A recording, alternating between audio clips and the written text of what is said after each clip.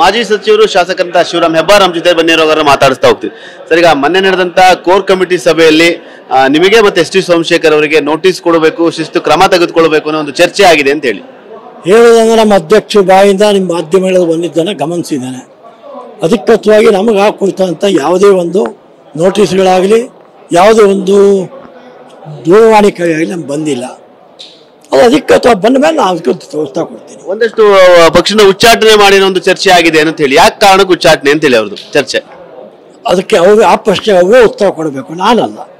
ಉತ್ತರ ಕೊಡೋದಕ್ಕೆ ನಾನು ಸಮರ್ಥ ಅಲ್ಲ. ಅಲ್ಲ, ಇಲ್ಲಿದ್ದು ಸಚಿವರಾದ್ರು ಅಧಿಕಾರ ಅನುಭವಿಸಿ ಒಂದು ಕೃತಜ್ಞತೆ ಇಲ್ಲ ಅಂತ ಹೇಳಿ ಬಿಜೆಪಿ ಶಾಸಕರು ಹೇಳ್ತಿದ್ದಾರೆ.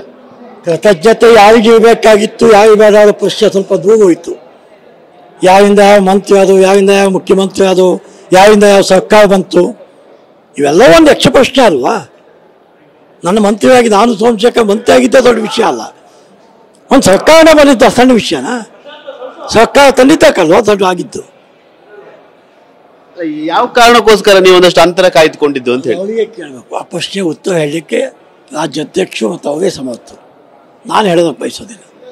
ಅವ್ರು ಹೇಳಿದಾಗ ಅದಕ್ಕೆ ಉತ್ತರ ಕೊಡ್ತೀವಿ. ಯಾವುದೇ ರೀತಿ ಕ್ರಮ ತೆಗೆದುಕೊಂಡ್ರೆ ರೆಡಿ ಇದ್ದೀರಿ ನೀವು ಹಾಗಾದ್ರೆ ಉತ್ತರ ಕೊಡ್ಲಿಕ್ಕೆ, ಎದುರಿಸಿಕ್ಲಿಕ್ಕೆ? ನೋಡ್ರಿ, ನಮ್ಮಲ್ಲೊಂದು ಗಾದೆ ಮಾತು ಹೇಳುತ್ತಾರೆ, ಬಡವ ತಿಂದರೆ ಹೊಟ್ಟೆಗಿಲ್ಲದೆ ತಿಂದ, ದೊಡ್ಡವ ತಿಂದರೆ ಔಷಧಿ ತಿಂದ. ಬೇಕಷ್ಟೆಲ್ಲ ಪುಂಖ ಮಾತನಾಡಿದ ಮೇಲೆ ಯಾವ ಕ್ರಮ ತಗೊಳ್ಳೋ ಶಕ್ತಿ ನಿಮಗಿಲ್ಲ. ವೈಯಕ್ತಿಕ ಹೇಳಿಕೆ ಕೊಟ್ಟು ನಾವೇನು ಹೇಳಿಕೆ ಕೊಟ್ಟಿದ್ದೀವಿ? ನೀವು ವೈಯಕ್ತಿಕಕ್ಕೋ ಕುಟುಂಬಕ್ಕೋ ಪಕ್ಷಕ್ಕೋ ಮಾಡ್ಕೊಳ್ತಕ್ಕಂಥ ಏನು ಹೇಳಿಕೆ ಕೊಟ್ಟಿದ್ದೀವಿ? ಆಮೇಲೆ ಗುಬ್ಬಿ ಮೇಲೆ ಬ್ರಹ್ಮಾಸ್ತ್ರ ಅನ್ನೋ ರೀತಿ ಅಂತ ಹೇಳ್ತಾ ಇದ್ದೀನಿ. ಅದಕ್ಕೆ ಏನು ಅಂದರೆ ನನಗೆ ಪೆಟ್ಟು ಕೊಟ್ಟು ಬೇರೆಯವರಿಗೆ ನೀವು ಹೀಗಾಗತ್ತೆ ಅಂತೇಳಿ ಎಚ್ಚರಿಕೆ ಮಾಡಿರ್ತಕ್ಕಂಥ ಕ್ರಮ ಅಂತ ಭಾವಿಸ್ತೀನಿ.